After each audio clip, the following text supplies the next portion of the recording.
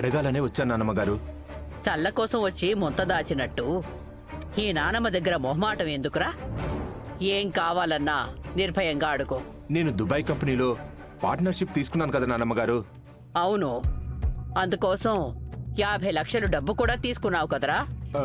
ప్రస్తుతం ఆ డబ్బు సరిపోవడం లేదు నాన్నమ్మగారు. ఇంకో 20 లక్షలు పెట్టుబడి పెడితేనే వాళ్ళు పార్ట్నర్షిప్ కన్ఫర్మ్ అవుతుంది అంటున్నారు. అలాగా? ఈ విషయం నీకు ముందుగా చెప్పలేదా? అగ్రిమెంట్ రాసుకునేటప్పుడు చెప్పలేదు, రాసుకున్న తర్వాత చెప్పారు. అందుకని సరే నాన్న, నీ భవిష్యత్తు కోసం 20 లక్షలేం కర్మ, 20 కోట్లైనా ఈ నానమ్మ ఇస్తుంది. ఒక్క నిమిషం.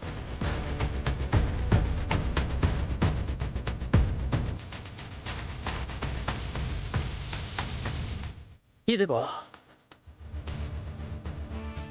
థ్యాంక్స్ నాన్నమ్మ. ఈ బిజినెస్లో నేను సక్సెస్ అయితే ఆ క్రెడిట్ అంతా మీకే దక్కుతుంది. నానా ప్రకాష్, డబ్బు చాలా విలువైంది. ప్రతి పైసా చాలా ఆచితూచి ఖర్చు పెట్టాలి. డబ్బునే కాదు, మీ నమ్మకాన్ని కూడా పోగొట్టుకోను నాన్నమ్మగారు. మీరిచ్చిన డబ్బుని 100 రెట్లు చేసి మీ చేతిలో పెడతాను. 100 రెట్లు చేయకపోయినా పర్వాలేదు. నా మనవళ్ళు మోసపోయారు అన్న మాట నేను వినకుండా ఉంటే అంతే చాలు. చివరిగా నేను చెప్పేది ఒకటే, కష్టపడు. కష్టానికి ఫలితం దక్కుతుంది, లేదా అనుభవమైనా మిగులుతుంది. అలాగే నానమ్మా. చేస్తే జాగ్రత్త పడేదానివా? ఏంటి? అదే, ముందుగా ఫోన్ చేసుంటే నాకిష్టమైన వంటలు చేసుండేదానివి అంటున్నాను. అవునవును. సర్లే, ఇదిగో ఇందులో 20 లక్షలున్నాయి, తీసుకువెళ్ళి బీరువాలో పెట్టు. అమ్మో, 20 లక్షలా? అవును, ఈ డబ్బు కోసమే ముంబై వెళ్దాం అనుకున్నాను. అనుకోకుండా పార్ట్నర్సే హైదరాబాద్ వచ్చారు. నాకు ఇవ్వాల్సిన డబ్బు ఇక్కడే ఇచ్చేశారు. అందుకే ఇక ముంబై వెళ్లకుండా తిరిగి వచ్చేశా.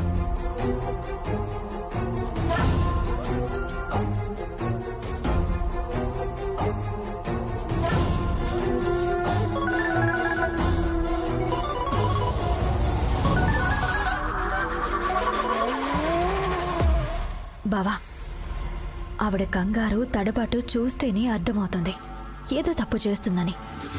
అవునా రమేష్? నాకు వినిపిస్తుంది. కాకపోతే ఇప్పుడే కదా వచ్చాను. ఒక 10 నిమిషాల్లో బయలుదేరతాను. ఓకే బావా, నాకు బాలు వస్తున్నట్టు అనుమానంగా ఉంది, అందుకే అంత కంగారు పడుతుంది. అవునా? సరే రమేష్, నేను ఇప్పుడే బయలుదేరతాను.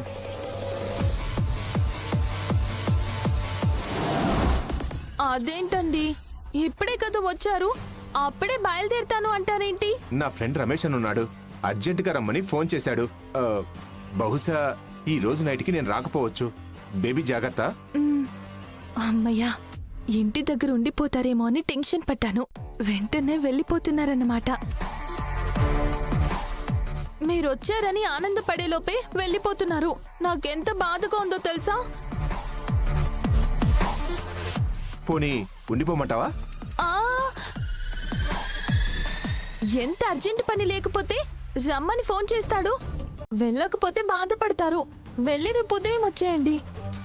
Okay, bye. బాయ్.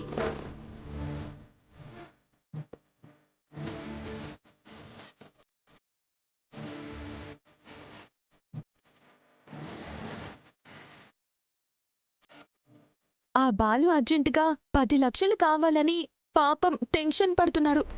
వచ్చి తీసుకెళ్తాడు.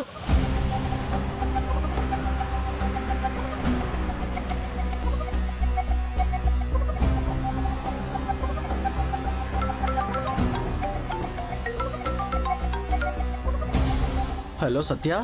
బాలు, నువ్వు 10 లక్షలు అడిగావు కదా, వెంటనే ఇంటికొచ్చేయ్. నీకు కావలసిన 10 లక్షలు ఇస్తాను. 10 లక్షలు వచ్చాయా? ఎలా వచ్చాయి? ఇంటికొచ్చాక మొత్తం వివరంగా చెప్తాను. ముందు నువ్వు వచ్చేసేయ్. 10 మినిట్స్లో నీ దగ్గరుంటాను. ఎన్ని నాటకాలు ఆడుతున్నావే! ఇంకాసేపట్లోనే నీ విషయాలన్నీ బయటపడబోతు.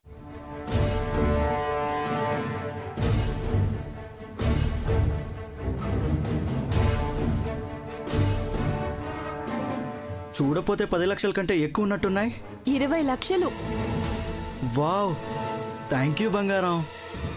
చాలే, ఈ ప్రేమలు ముద్దులన్నీ ఈ డబ్బు మీద చూపిస్తున్నావు కానీ నా మీద మాత్రం చూపించట్లేదు.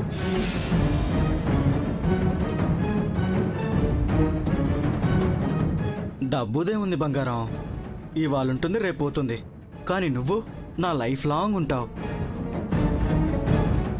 అవును, ఇంత డబ్బు నీకు ఎక్కడి నుంచి వచ్చింది? ఇంకెక్కడి నుండి వస్తుంది? ఉన్నాడుగా నా బకరా మొగుడు, అతనే తెచ్చిచ్చాడు. ప్రకాష్ తెచ్చిచ్చాడా? నిన్నే కదా బాంబే వెళ్ళాడన్నావు, అందులోనే ఎప్పుడు వచ్చాడు? ఇంతకు ముందే వచ్చాడు. అంటే మీ ఆయన ఇంట్లో ఉన్నాడా? ముందే ఎందుకు చెప్పలేదు? హలో, వచ్చాడని చెప్పాను గాని ఇంట్లో ఉన్నాడని చెప్పానా? అంటే లేడా? ఇంతకు ముందే వెళ్ళాడు, ఉదయం వరకు తిరిగి రాడు. Wow, what a surprise. అయితే ఈ రోజు నైట్ అంతా జాగారమే అనమాట.